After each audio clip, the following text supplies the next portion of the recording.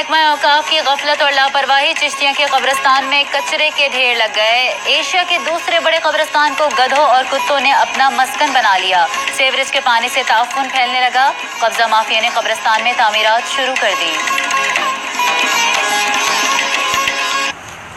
महकमा औकाफ चिश्तिया की मुबैना गफलत और लापरवाही की वजह से एशिया का दूसरा बड़ा कब्रिस्तान कूड़ा करकट और गंदगी के ढेर में तब्दील हो रहा है और आवारा कुत्तों और गधों की आमाजगाह बन चुका है। नुमाइंदा जी न्यूज़ शाहिद कुरैशी की रिपोर्ट देखिए।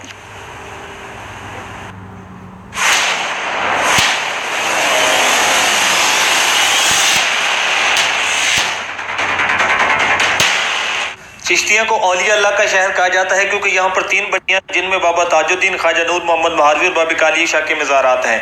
इन मज़ारात के चारों तरफ 411 एकड़ पर मुहित एशिया का दूसरा बड़ा कब्रिस्तान है।